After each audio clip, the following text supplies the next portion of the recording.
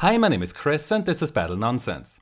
16 years ago I played the multiplayer demo of a game called Battlefield 1942, which among many other things featured 64 players, huge maps, vehicles and various infantry classes to choose from. One of the main reasons why I instantly fell in love with this game was that while it required teamwork and skill, it was not as hardcore and time-consuming to play as the military simulation Operation Flashpoint, the predecessor of the popular Arma games. Battlefield 1942 was a huge success, and so it did not only quickly develop one of the most active communities on PC, with a ton of new clans and community websites popping up overnight. It also had a very active modding scene, which produced stunning mods like Desert Combat, which brought the modern era to Battlefield 1942. Many of the Battlefield modders would eventually even end up working at DICE, where some still work there today.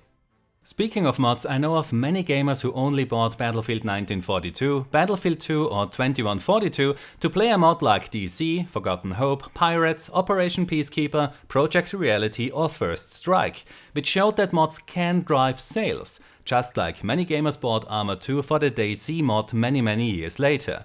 The modding community surely played a big role in the success of the Battlefield franchise. 2 years later we then got Battlefield Vietnam, which did not only change the setting of the game, it also brought us new game mechanics, like the ability to lift gunboats and jeeps through the jungle with your helicopter, which I enjoyed a lot. In 2005 we got Battlefield 2, where Trauma Studios, the creators of the Battlefield 1942 Desert Combat mod, did play an important part in its development. But when you look back at Battlefield 2, then it was not a flawless game at all. Many of us surely remember the nade spam, which was really bad on the Strike at Karkand map.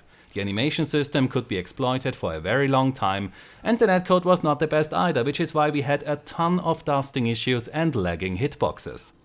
So by today's standards the game looks and feels very clunky. However, Battlefield 2 is still my favorite title of this franchise.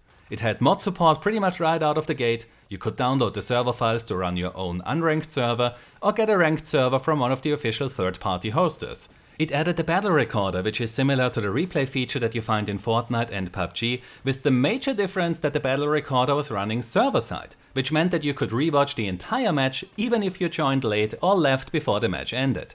And it introduced a commander, which together with the squad leader created a proper chain of command and so increased the tactical depth of the game. Battlefield 2 also did not have 3D spotting. Friendly fire was enabled per default, and the game provided a feature where you could decide if you want to punish or forgive the team killer, like when it happened by accident. You could not sprint indefinitely, which together with the reload system that used the mag pool instead of the arcade-style round pool design had a big impact on the pace and the tactical depth of the game. Medics did the healing and engineers did the repairing, as there was no auto-heal nor auto-repair, which would have degraded the purpose of the engineers and the medics.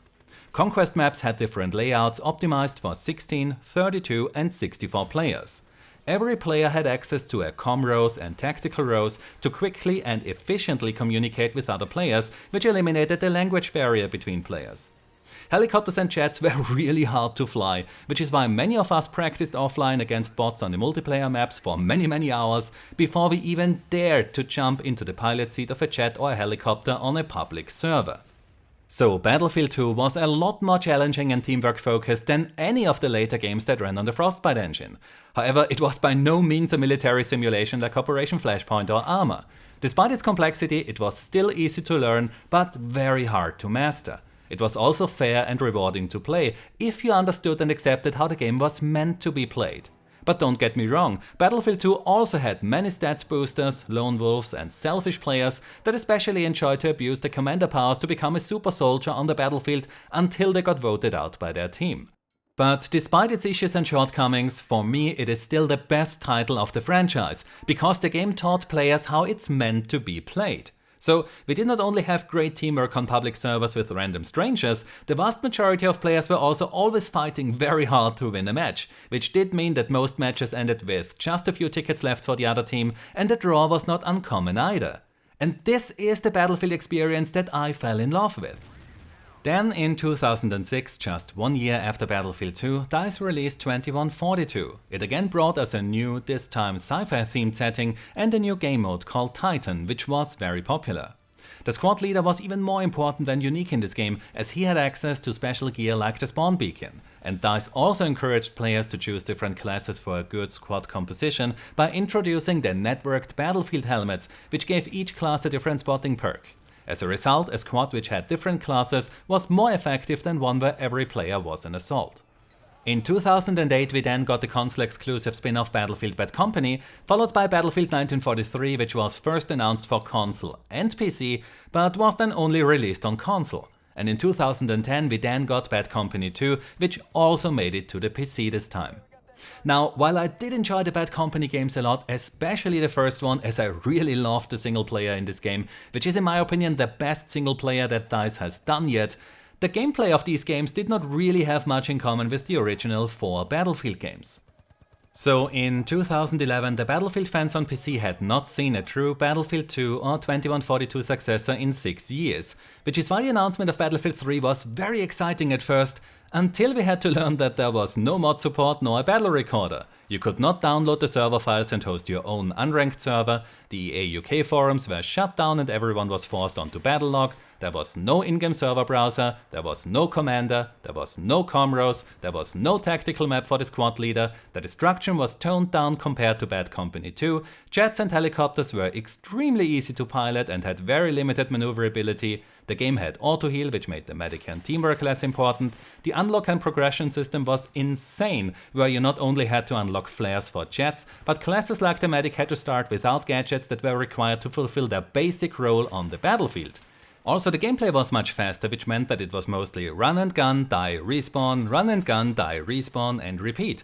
And then there was that focus on close quarters infantry combat. We now also had 3D spotting, which meant that players fired at a triangle on their HUD instead of the enemy players. You could now respawn on every squad member, not just on the squad leader, which degraded the role of the squad leader. The DLC split the player base, the remake of the fan favorite Strike at Karkand map was a lot smaller than the original, the list just goes on and on and on. Now, don't get me wrong, it was a good first-person shooter and it was a huge financial success for EA and DICE, as it managed to attract millions of new players to the franchise. But Battlefield 3 was not the Battlefield 2 or 2142 successor that many veterans of the Battlefield franchise have been waiting for the last 6 years, since it did not provide that gameplay that was responsible for the initial success of the franchise. It did not provide that Battlefield experience that many players, including myself, fell in love with. Things then did get a bit better with Battlefield 4, especially after DICE LA took over the development and when we got the classic mode server preset, which allowed new players to get a glimpse of what these old grumpy players were on about when they said that the old games were better. What many of you may or may not know is that Battlefield 4 is in fact the reason why my channel exists. After launch, Battlefield 4 had some serious netcode issues, but no one seemed to know what was going on, and there was a lot of contradicting information out there which just made no sense. That was why I then decided that someone had to look into it, and the rest is history. So during the first year of this channel, I did not only test the netcode enhancements that DICE LA was working on during the CTE days of Battlefield 4, I also explained certain changes to the game mechanics like the head glitching fixes or the visual recoil changes. I also did quite many design concepts, like one for a better comm and tactical rows or a different approach to the revive mechanic. Eventually, I even did a concept design series where I tried to come up with what I considered a worthy Battlefield 2 successor, called Battlefield 1982. That concept series was not only quite popular among gamers, where some were really surprised to learn about the mechanics and depth that the original games offered, some of my designs and ideas even ended up in Battlefield 1. However, just like Battlefield Hardline, which I see more as a spin-off like Bad Company, Battlefield 1 also failed to provide me with that original gameplay experience that I fell in love with so many years ago. Which brings us to Battlefield 5, the 8th Battlefield game if you don't count Bad Company, the console-exclusive 1943, Hardline, nor the free-to-play games. Honestly, I wasn't hyped about Battlefield 5 as no other game since Battlefield 2 or 2142 could truly deliver that Battlefield experience anymore that I fell in love with so many years ago. And I could not imagine that DICE nor EA would be bold enough to do the changes that are required to make such a game again, as that would surely upset the players that they attracted to the franchise during the last 7 years. The Battlefield 5 reveal then was quite entertaining, but it didn't do much to make me care about this game, simply because I didn't learn much about the gameplay during that show. But that changed when I watched the interview that Jack Frax had with design director Daniel Berlin, as well as the video where he explained the fundamental changes to the gameplay in Battlefield 5. DICE does not only go back to the roots of the Battlefield franchise in terms of the setting, they also want to take it back to its roots in terms of the gameplay. So Battlefield 5 will not only include new features like that you can drag your teammates behind cover to revive them safely, or that you can build fortifications now, which I think would have been great for a commander. There are also many other changes that really affect the pace of the game as well as how you play it. Like that you need to visually identify enemies again instead of shooting below a triangle on your HUD. You can throw grenades back at the enemy. Auto heal has been toned down as it works in stages now, so you don't always get healed up to 100% anymore. Players who are down can now scream for a medic again like they could in Battlefield 2. You have limited ammo, which forces you to play smart and think ahead. When you want to take ammo or use a medpack, then it's not enough anymore to just stand right next to that object. You now must interact with it, like press and hold E to take ammo. DICE really tries to remove a lot of the randomness from the game and increase the skill ceiling at the same time. Especially when it comes to the gun mechanics, as every gun in BF5 has a unique recoil pattern and no random bullet deviation or spread anymore that would cause your shot to go off to the left or to the right where you are aiming at. This means that firing modes other than full auto will finally be more important and useful again. Bullets of certain guns can also penetrate walls now, which has a big impact on the tactical depth and the squad composition. And there are also massive changes to the movement system, which have a big impact on the gameplay. I honestly never expected that I would see DICE do such drastic changes, which makes this game more tactical, strategic and teamwork orientated, because it's clear that many players who joined the franchise with the much more accessible Battlefield 3, 4 or even Battlefield 1 won't like these changes. This could now turn out to be very similar to the situation that we had back in 2011, where Battlefield veterans looked at Battlefield 3 and said, "Nope, this is not for me." Just that this time it's the players who enjoyed Battlefield 3, 4 and 1 who might not like the direction that the franchise takes with Battlefield 5. On the other hand, many players who never played the original games will now find that they enjoy this different Battlefield experience and they had no idea what they were missing out on, which we saw happen when DICE introduced the classic mode in Battlefield 4. But why would DICE do something that seems so risky? For years you heard the developers say that they don't want to tell the players how they should play the game. I could never fully agree with that statement, because as a developer you must have a clear idea or vision about how the game is meant to be played, because that's what you design the game mechanics for. If you put classes, squads and an entire chain of command in the game, then I suppose that you have a clear idea about how these should be used and what kind of gameplay experience these should create.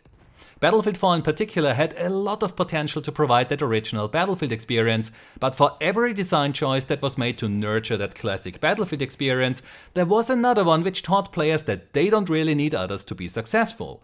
You get healed automatically, you get repaired automatically, every class was extremely versatile, and having to go through the deploy screen after you got killed was not really painful at all, since you could spawn right back onto the battlefield in most cases, where you would then run and gun, die, respawn and repeat. And this then got only worse in Battlefield 1. So I'm sure that many people at DICE did not only realize that the online experience kept deteriorating game after game after game, they also did not like that development, as they knew that players were missing out on what else Battlefield has to offer. So I guess the reason why we see Battlefield 5 taking the franchise back to its roots, not only in terms of the World War II setting, but also in terms of the core gameplay, is that these developers and producers who didn't like where Battlefield was going now have the power to do something about it.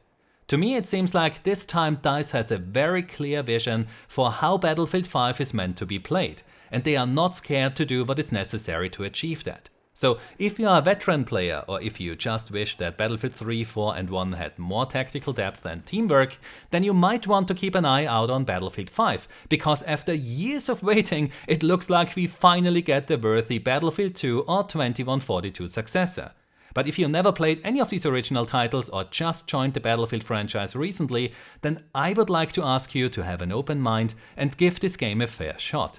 What I can tell you for sure is that while Battlefield 5 will be more challenging to play, it won't be a military simulation by any stretch of the imagination. With these changes the game will be more challenging to play, but it will also be much more rewarding. If players play the game how it's meant to be played, then we should finally see matches again which end with just a few tickets left, instead of those boring 200 to 0 ticket matches that have become so common since Battlefield 3, where the majority of players was only concerned with themselves instead of fighting with their team for the win.